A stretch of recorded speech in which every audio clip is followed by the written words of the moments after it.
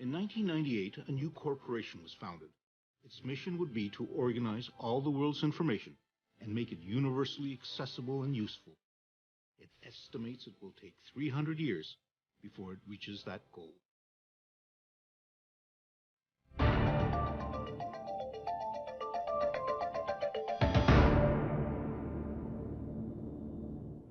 Successful companies start with very audacious goals, and there's no question that the Google organizing all the world's information and making it useful was an audacious goal. And we started with the web, but we see our mission as much more than just the web. We see it as really all of the way we communicate, the way we think, because there's so much of it. Google may have started out as a simple search engine, but today with applications like Android, Chrome, Wave, Picasa, Google Apps, YouTube, and Google Ocean, and now even its own smartphone, it's become an internet powerhouse. This technological tsunami pours forth almost daily from its development teams located around the world. In the process, Google has become a global vacuum cleaner of digital data. It handles an estimated 20 petabytes of data every day. That's the equivalent of 130 billion photographs or 5 billion songs on an iPod. It also deals with more than 1 billion searches per day, and those searches leave a digital footprint of every person visiting the site. Well, one of the interesting things about Google searches is that it really is a database of intentions. It is an incredible collection of what you are thinking any given moment based upon what you're searching for, based upon what you're writing in emails. And any institution who has access to that can have power over you or potentially adversely affect you. Do you know what this might be? Does anyone know what that is? Google founders Sergey Brin and Larry Page. Wow, okay. I didn't really realize what it was when I first saw it, but this is what helped me see it. This is what we run at the office that actually runs real time, and every one of those rising dots represents probably about 20, 30 searches. Their ultimate goal is to make Google into an all-knowing entity. So this session is supposed to be about the future. So I thought I'd talk at least briefly about it. And to do the perfect job doing search, you really have to be smart. In fact, the ultimate search engine would be artificial intelligence. And so that's something we work on. It is somewhat ironic that they use an image of the rogue computer HAL from the movie 2001: A Space Odyssey when they are promoting such a benevolent message. Partly, we want to make the world a better place. If I ruled the world, every day would be the first day of spring. In just over 10 years, Google has become one of Silicon Valley's biggest and most unconventional players. In that time, it's cultivated an image of a large but benign presence. That public perception is changing. When Google began to scan and digitize millions of books, authors and publishers responded not with hurrahs, but lawsuits alleging copyright infringement. Not long after Google News was launched, Google became the target of condemnation by the print media, which accused it of destroying their ad business and being responsible for plummeting circulation revenues. But with Google's YouTube site, the music and television industries see a threatening competitor undermining their traditional methods of making money. And when Google started photographing streets, it outraged privacy advocates. Wherever or whatever Google expands into, it always seems to be accompanied by disruption and upheaval. And whenever controversy does arise, Google falls back on a corporate motto that was born out of an early Google employee's aversion to corporate speak. Having come from Intel, kind of had the I don't want to work at a big company idea in the back of my head. And so I was interested in something that would be a little bit more provocative and a little bit more interesting and maybe make people a little bit uncomfortable. And so just sitting there in the meeting, I was just trying to think of something interesting. And so what popped into my mind was just don't be evil. When I came in, I thought this was a joke. I thought that it was just a way of marketing within the company. And then one day I was sitting in the room, and I'll never forget, we're having a discussion about advertising, and one of the engineers named Ron pounds his fist on the table and says, "That's evil."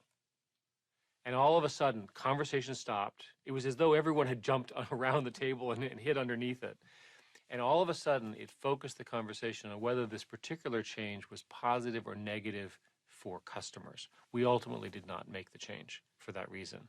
It's not a bad motto, but it's misplaced because it gets increasingly difficult to say that one is not evil when thinking about the scope of different activities that service providers are involved in.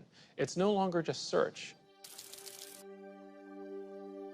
The search engine Google was born in that hotbed of technological innovation, the computer science department at Stanford University. Larry Page and Sergey Brin met as grad students in 1995. They had much in common. Their fathers were both college profs, and their mothers were scientists. Both were born in 1973. Both grew up with and loved anything to do with computers. Our PhD program is very selective, but it's not like when they showed up the first day, I said, oh, this is the smartest person I've seen in my life. Hector Garcia Molina was one of Sergey Brin's advisors, working with him on some data mining problems.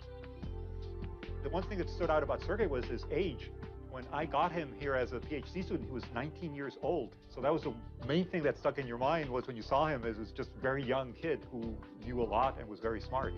Sergey Brin, born in Russia, was the math prodigy who loved swimming and gymnastics. Larry Page was the inventor, looking to change the world. At some point, I don't know exactly when, they connected and started working together on the search engine. They created their earliest search engine from off-the-shelf computer components, some of which they begged and borrowed from the university, and after they maxed out their personal credit cards, they came up with some ingenious solutions to their limited finances. And then Larry discovered that he could get a better deal by buying the individual disks without the cases, and they built their own machine, and they got more storage for the same amount of money. With a structure made of toy building blocks and their secret algorithm sauce, which they called Backrub, they cobbled together a revolutionary new search engine. One could immediately see that the ordering of the pages was substantially better than what AltaVista was providing. In the mid-1990s, AltaVista, like the majority of other search engines, looked only at text, ranking the results based on the number of times a keyword appeared. Larry and Sergey's search engine was far more sophisticated, with a mathematical algorithm that looked at the number of links to and from internet sites. The more links, the higher the rank. The first search I ever typed into Google was Canadian exchange rate, and it gave me exactly the right information that I ever could use about the Canadian exchange rate and so on. And I was, I hate to use the word blown away, but I was blown away by the fact that I could find exactly what I wanted so quickly. I think what they realized is that working on it in the context of a university research project didn't give them the scope and the scale that they really needed to make it work. So they said, well, let's take a leave. Let's go off, do a company, get it working, and then we can come back and finish up the research. Larry and Sergey were preparing to leave Stanford to start up their search engine company, which by this time they registered as Google, a misspelling of a mathematical term for one with 100 zeros after it. Meanwhile, they continued to participate in the computer science program.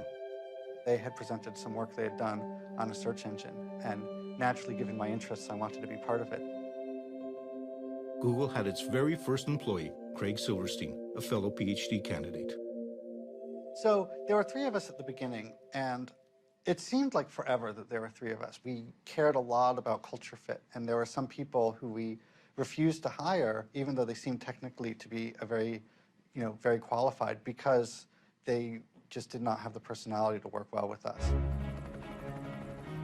The three Stanford postgrad students opened up corporate headquarters in that cliché of Silicon Valley, a garage.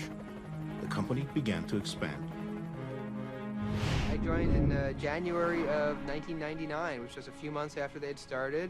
There were 4 other people at the company, including Larry and Sergey at the time, and they were renting half a house from someone who was still living there and who is now a vice president at Google. And the computers, everybody was working in offices, or in bedrooms, if you will.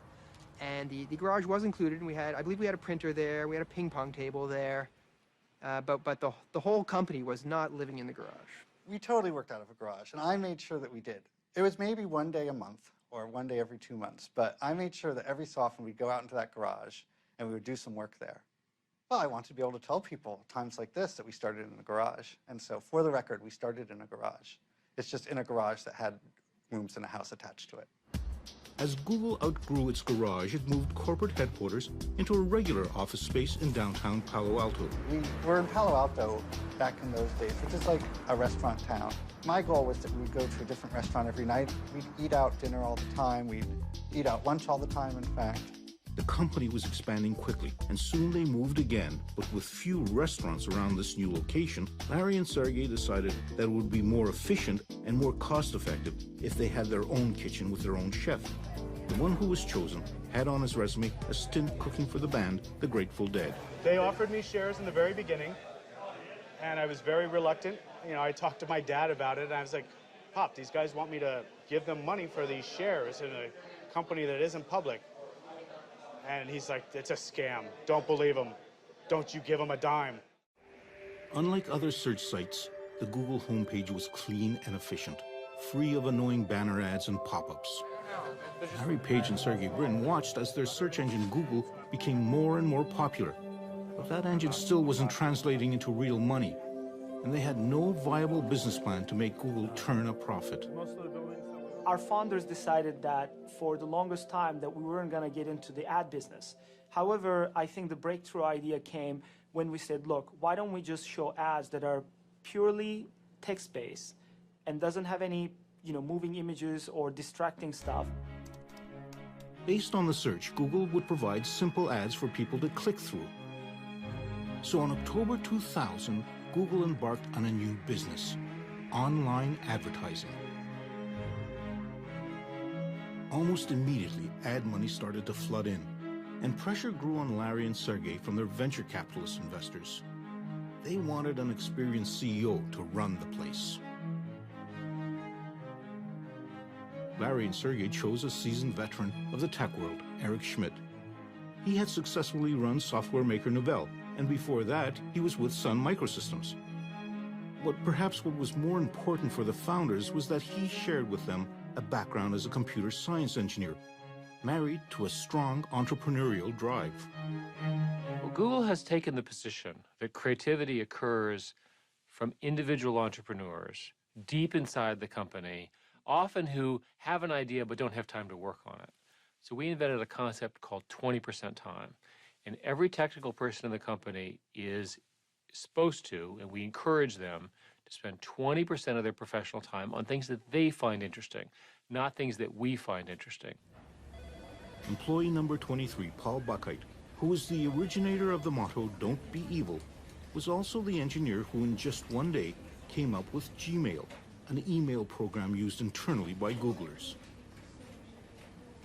There were a lot of objections to even doing Gmail in the first place, but one of the big ones was that there was no way to make money with email. So there was this idea that had been floating around that maybe we could do targeted advertising. For example, if you get an email about a ski trip, you'll get maybe an advertisement for ski equipment or gloves or something like that. He decided to try writing some code to see if it was possible for Google computers to scan the Gmail messages and spit out an appropriate ad. When I arrived the next day, people were pretty excited about it, and not always in a positive way. Some people thought that it was actually a terrible idea. What I recall from the meetings, which occurred over about a year, was this constant debate of what kinds of features would advertising work and so forth. And we ultimately decided to try it. And we, in fact, launched Gmail on April 1st. It was seen largely as a joke. The addition of targeted ads to Gmail in 2004 proved to be no joke, adding to Google's ever-burgeoning bottom line. Google had transformed itself into an advertising money-making machine. Now, when we talk about publicity, the Google IPO has received more publicity than any other IPO in history. When Google was preparing for its initial public offering of stock, it had to disclose a closely guarded secret, that it had staggeringly large revenues and profits. It took most investment observers by surprise and made Google a very attractive stock to own. And so, August 19th, 2004, the first day of trading of Google shares, saw the creation of hundreds of freshly minted millionaires. Those early investors and first Google employees had struck the mother lode. For people who get into a company because of the money, an IPO is a big deal. Any exit strategy, you're bought by someone else, you have a public offering, whatever, it's a big deal. And it causes you to rethink your life because your dream has been achieved. I'm doing okay. I'm comfortable. Most people would consider me wealthy. I consider myself wealthy. Larry and Sergey were now way beyond wealthy. It took just 6 years for them to become billionaires. Their company, Google, had become one of the world's top search engines. It's even made it into dictionaries as a verb. Google as a technological tool has become part of pop culture. And young people's perception of Google as a cross between a college dorm and geek heaven means that Google receives more than 1 million job applications a year. You come to Google, and first time I'm really feeling like everyone knows what they're doing and they know it better than me. So just what does it take to be one of the chosen few selected to be a Googler?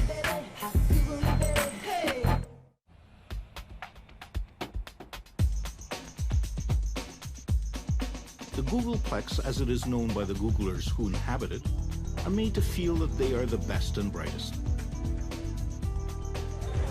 Deserving of the complimentary meals, the subsidized massage service, the free laundry, as well as the barbershop on wheels. I feel one of the greatest thing about Larry and Sergey, they were really, really smart people and they were brilliant, but I think one of the best things that they've done is they also made sure that they surrounded themselves with the best and most brilliant people that they could find. Google receives more than 1 million job applications a year.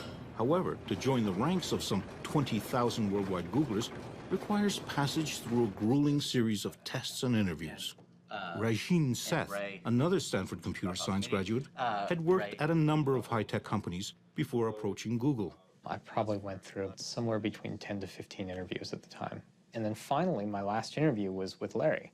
And so, you know, literally I just came in one day and actually got to sit down in Larry Page's office and interview with him. And he asked me a bunch of tough questions, and I didn't quite know how I did, but apparently he liked me enough to the point where they decided to give me an offer.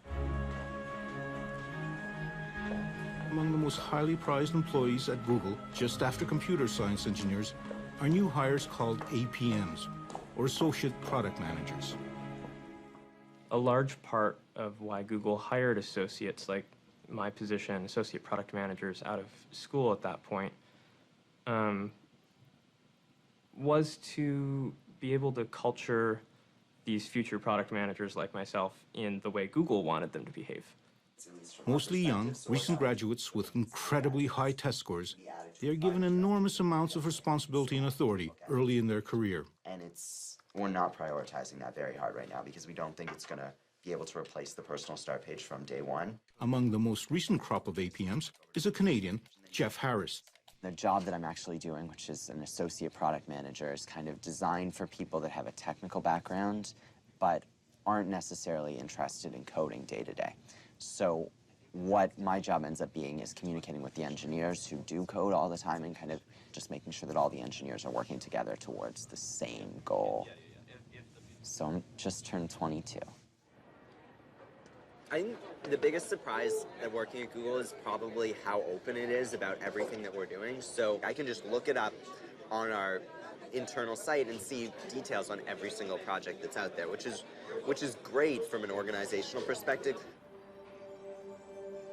Although Google might be highly transparent internally, it, like so many of the other big Silicon Valley high-tech companies, is extremely sensitive about what outsiders are allowed to report on, whether that be code on monitor screens or the doodles on the whiteboards, which are seemingly everywhere. We believe in having whiteboards all over the place, and the reason for that is to really spur creativity, so that you can draw things and communicate ideas and work with other people on that idea. secure data connector here, right? Is our ability to publish programmatically going to be released at the same time, or is that? Yeah. And so a lot of times people will pull out their phone and take a picture of the whiteboard and send that around as an email. You know, those end up being part of the notes for the meeting. Besides having whiteboards and food stands everywhere, the other striking feature about Google Offices is the absence of paper. We operate very much in a paperless manner. You know, one of the things that we've done here at Google is that users have laptops that they carry with them to the meetings that they're in. A lot of the note-taking is done electronically so that it can be instantly shared with people. An insatiable appetite for the new and innovative, spanning a wide spectrum of technologies, means Google is constantly on the prowl. But not everything, of course, is invented at Google. We also have teams looking for great technology in small companies that we can pick up, that we can buy, where they would benefit from the structure of Google. With plenty of cash and stock at its disposal, Google is able to scoop up companies it's interested in. That's how YouTube became a Google product, as did Google Earth and Picasa, as well as a web-based word processing program called Writely. Writely was a word processor in the browser. You just go to it as a normal website and it just works. Google noticed it because we were, you know, getting a little bit of press. Google bought Writely and hired its founders to help develop it further. My experience has been a little bit like I was a kid folding up little paper boats in a stream somewhere, and it was really fun. And, you know, Daddy Warbucks wandered by and said, "Kid, this is great. Here's a pile of quarter-inch thick plate steel and an army of arc welders. Go build me a battalion of battleships." Writely has morphed into Google Docs, a word processor that moves the application and its data from the personal desktop computer to Google's servers. It's a little bit strange. It is strange. I'm definitely, you know, I'm a 42-year-old graybeard now, right? Like, it's kind of, I'm not that old, but here, that's 90th percentile or something. I don't know what it is, but yeah, there's a lot of young engineers here.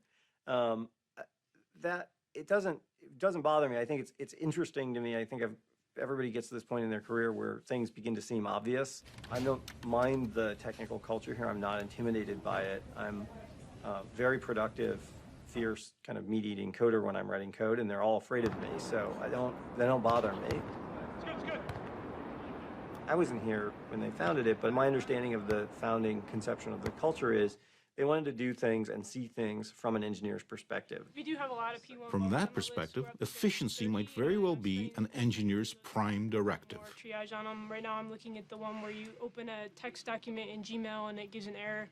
Most of the teams do this every morning. There's a stand-up meeting. It's meant to be very short. It's about 10 minutes long. You're not supposed to speak for more than about a minute. All right, so I continue unit testing. The pencil is the conch shell from the Lord of the Flies. Remember that?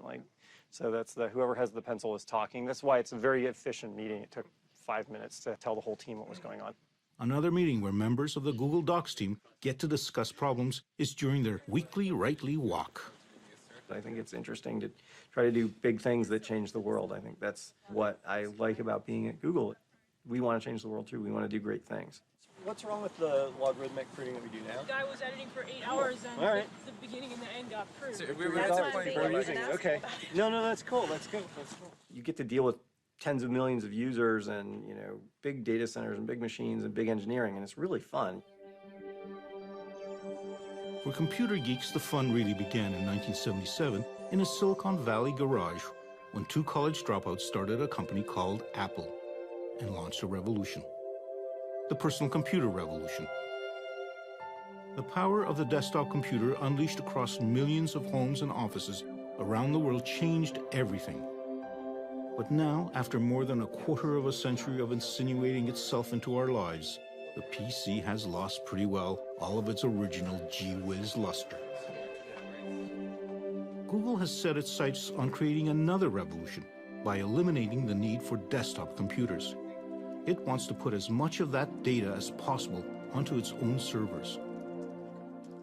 One of the things I think that's underappreciated is from the very earliest days, including at Stanford, they were great at minimizing the cost for putting together computer systems, and they've carried on that ability to deliver a huge amount of computing power at a relatively low cost.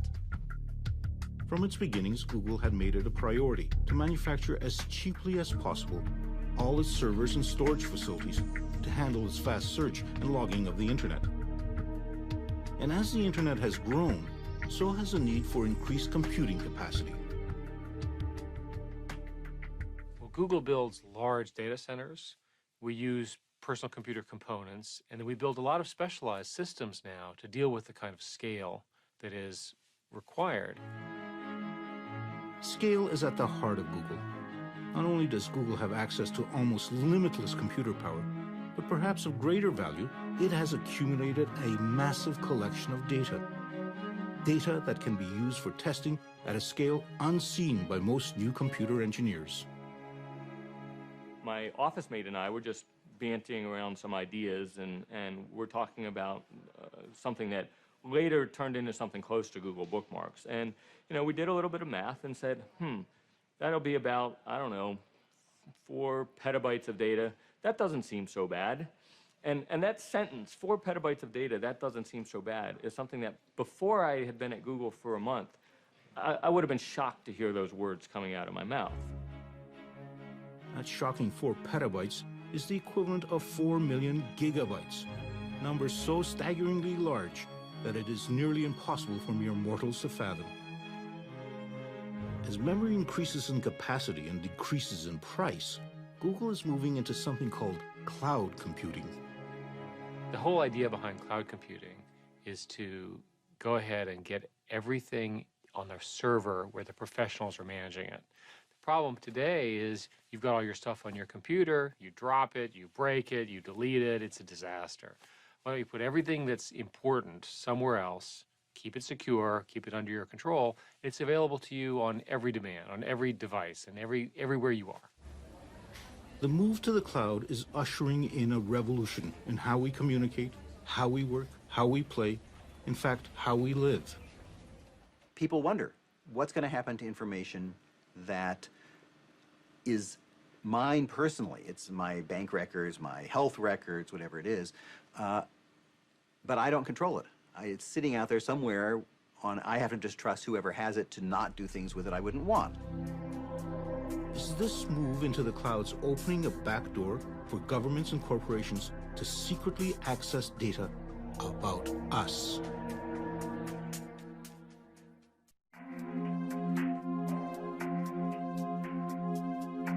If everyone's digital data is moving into computer clouds, just where are these clouds?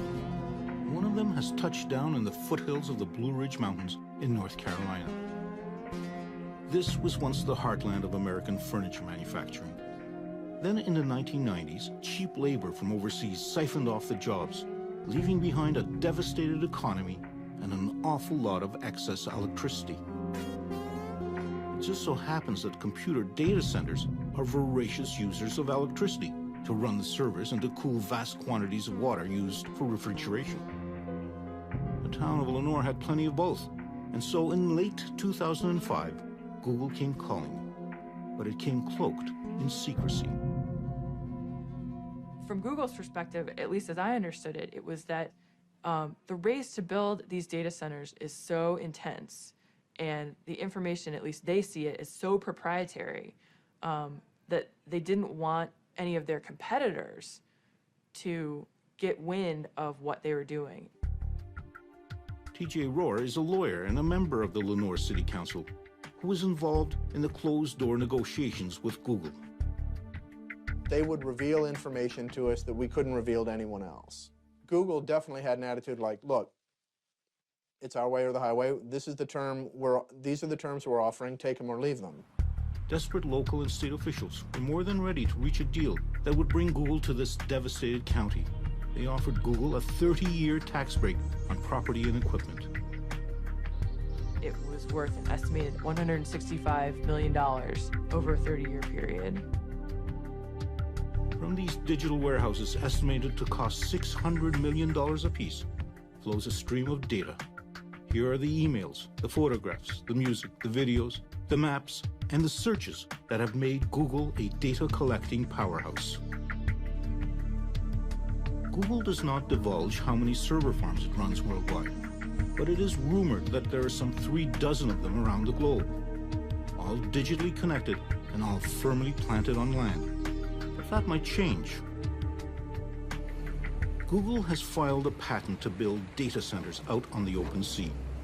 Powered by the latest technologies in harnessing wave energy, Google servers would sit out on barges. The expectation is that sea-bound servers would be much cheaper to run, and there certainly wouldn't be any real estate or property taxes to pay. A working model has yet to be built, but Google is a corporation that likes to move quickly when cutting-edge technology is involved. However, Google took its time when it came to opening up an office in China. The growth in internet usage in China is staggering. By 2009, its internet users surpassed the entire population of the United States.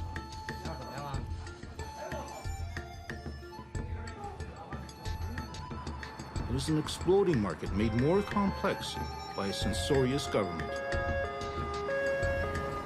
We were late in entering China. We were late because we were concerned about some of their content laws. In order for Google to set up an office in China, it had to agree to block certain sites from its search results. The Chinese government decides who gets past their Chinese firewall. To run Google in China, they landed Kai-Fu Lee, a senior executive at Microsoft, who was once in charge of their operations in China. In 2005, Kai-Fu Lee found himself in the role of Noogler, as new Googlers are called. When I joined Google, I used the word shock to describe what I felt I saw. And I think it's a combination of things. It's a combination of the Google values, and that's just how young and happy this company was. It's my goal to make the culture in the Google China office as close as possible to that of Google Mountain View office. It's impossible to make it exactly the same because the Chinese culture and the American cultures are different. Nothing separates these two cultures more than who is actually using the internet. The average internet user is 25 years old in China versus about 42 in the United States. So the difference is substantial, and the usage patterns is also quite different. The Chinese users, because they're younger, tend to like entertainment, games, music, video, tend to do less of searching and e-commerce. Similarly, when they use the web, they tend to want something that's very busy, very exciting, as opposed to simple user interfaces. The internet cafes are filled with young people, many of whom are here because at home they would be forbidden to play these games and movies. What it seems is not forbidden, either here or at home, is downloading pirated music. We noticed that most Chinese users on the internet download pirated or unlicensed music through other search engines. And that's become a habit, and I think most users find that to be an entitlement. So our efforts to try to build perhaps a paid per download or even a subscription service ended up with a clear conclusion they would never take off. A Google engineer and a product manager used their 20% time to come up with Google Music, a free music download that has the support of the major record labels. So we hope we found the formula that will not only be successful, popular, but also profitable for record labels and for our partner and for us. While the Chinese government appears to tolerate the pirating of music, it seems to show less patience for Google, recently accusing it of spreading pornography. Google is registered in China, so we have to follow the Chinese laws. Whatever the laws. Well, our employees are Chinese citizens. They would have to follow the Chinese laws wherever they were. Following Chinese laws meant that Google searches from within China for such things as Falun Gong, Tibet independence, or Tiananmen Square protest produced quite different results from those that appear on screens outside of China. And that's how it operated for 4 years. When in January 2010, Google announced that it would stop censoring its search results due to a major cyber attack originating in China, targeting Google's intellectual property and the Gmail accounts of Chinese human rights activists. While China insists that its laws must be obeyed, Google warned that if discussions with the Chinese government to operate an unfiltered search engine proved unsuccessful, it could shut down operations in China. However, there were no discussions with the government of the United States when shortly after September 11, 2001, it passed legislation that gave itself broad surveillance authority, allowing itself unprecedented access to people's digital footprint. And these powers are quite broad now. They range from getting access to credit reports on individuals, to gaining access to their communications data, to more broadly being able to send a letter to any data holder and say, please reveal all the information you have about this person and don't tell them, and don't tell anyone. This is the idea of the National Security Letter. At the Electronic Privacy Information Center in Washington, D.C., Director Mark Rottenberg is concerned about the new digital information that's migrating to the clouds of computer server farms. I'm not saying that the government shouldn't get access to that information under appropriate circumstances. In fact, in some instances, it's vital to pursue wrongdoing and criminal investigations. But we need oversight, we need accountability, we need transparency. And the problem with cloud computing is it's going to make it much easier for government to engage in this type of surveillance secretly without people knowing that their personal information, their business records are being turned over. I've asked people at Google to simply report statistics on how many subpoenas and warrants they get every month. They don't have to say anything else. They don't have to say what the subpoenas and warrants were about. Just a number. How many do you receive? But they didn't like that suggestion and rejected it out of hand. As the Google juggernaut plows ahead, digitizing everything in its path, it accumulates new adherents. The city of Washington, D.C. has opted to wean itself off Microsoft Office and switch to a collection of Google applications. Google's offer of a cheaper, more secure, and more collaborative life in their cloud proved just too enticing to turn down. The trust issue is central to our whole brand. If Google were to violate someone's trust, the press, of course, would kill us, and all of a sudden people would withhold their information, they'd stop searching, our revenue would go down. It'd be a terrible thing, terrible for our company, terrible for them. So we take it very, very seriously. Some people don't trust this naive altruism that, we're really trying to make products that make users better. They see, some sort of agenda that we're trying to, control the world or whatever they see. But what can I say? We come out of a grad school background, and we don't think like that. But Google also has to worry about a band of young upstarts ready to change the world of search. Discarding Google's original model of a data-crunching search engine, they are approaching search from a different angle. They want to harness the power of what is known as the wisdom of friends. I think that this is the place that is going to define the next several years of what the internet and world is really about. So why is it that some of the leading proponents of social search are ex-Googlers, ready and willing to challenge their ex-employer?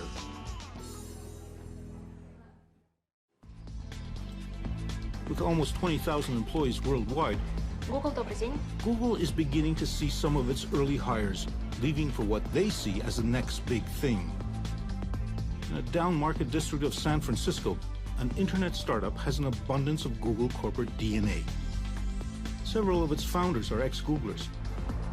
But their company, Aardvark, wants to go beyond Google and transform search itself. We like to call it social search. It's the notion of you're really searching for the right person in the moment. And it's not that you want to know their bio, it's that you really want to interact with them because they know something that will help you in your moment. Sometimes it's not really written down on a web page, but someone out there really does know the answer. And we all have social networks. Aardvark is basically a utility that lets you tap into that. Just down the highway, in a nondescript industrial mall in Silicon Valley, there is another social network startup with its own list of very impressive ex-Googlers, including Paul Buchheit, who so famously, or perhaps infamously, coined Google's motto, "Don't be evil." Their tiny company called FriendFeed is developing a new social network service that shares and keeps track of what friends are listening to, reading, and posting on the web. None of us really knows what's going to happen next. But in many ways, I find that that's actually part of the fun of a startup. At a big company, I can pretty easily predict what's going to happen next year. At a startup, you have no idea what's going to happen next. Next year could be a huge success or it could be a huge failure. Google had been eyeing FriendFeed for possible acquisition. But before FriendFeed could even reach its second year in business, it was gobbled up by social network phenomenon Facebook for a reported $50 million. Facebook, founded by a Harvard dropout in 2004, has undergone an explosive growth and represents a real challenge to Google, at the same time attracting a surprising number of ex-Googlers. I think leaving Google is, and choosing to come to Facebook just demonstrates how compelled and convinced I am about the importance of Facebook's mission. Facebook, along with Twitter, are currently the hottest social networks around, and they have realized that their kind of friend-based recommendations is a form of search far removed from Google's cold, calculating algorithms. For most people, outside of engineering, the world is about relationships. It's about connecting with other people. And to that extent, Facebook really is that next step in the evolution of what really matters from a technology perspective. Google had in fact entered the social network market with something called Orkut. Although tremendously popular in India and South America, it has failed to attract any large following among Europeans and North Americans. Google really didn't jump into the social networking business, and I think that's partly the personality of the founders. I think they're engineers who, small talk with your friends is not the priority. It's getting information from the scientific world is priority.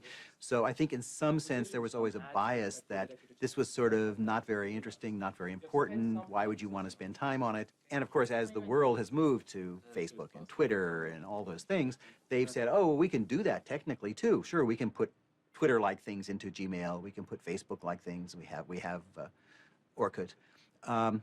But I think the heart of the company isn't in it. It's not what the company's about. It's about information, all the world's information. Google really believes that the data is going to create incredible benefit for society. The company firmly believes that it's going to find ways to use data to make our lives better, to make our lives easier, to make decisions more efficient. They firmly believe that.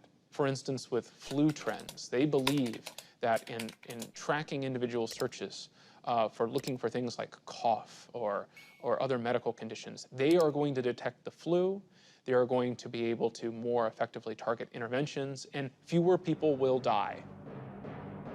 When Google launched its IPO, Larry and Sergey personally wrote a letter explaining their aspiration for its future. Google is not a conventional company, they wrote. We do not intend to become one. Google's mission to collect all the world's information and make it accessible and useful, and do it within 300 years, has seen it move far beyond searching internet sites. Whether photographing streets, or digitizing the world's books, or turning our mobile devices into internet portals, or creating the world's greatest repository of video in its very own cloud, Google remains a technological phenomenon. But its future rests on something quite unscientific. Trust. Trust that it is keeping our data safe from hackers and snooping governments. Trust that it isn't misusing our information. And ultimately trust that Google is living up to its motto, don't be evil.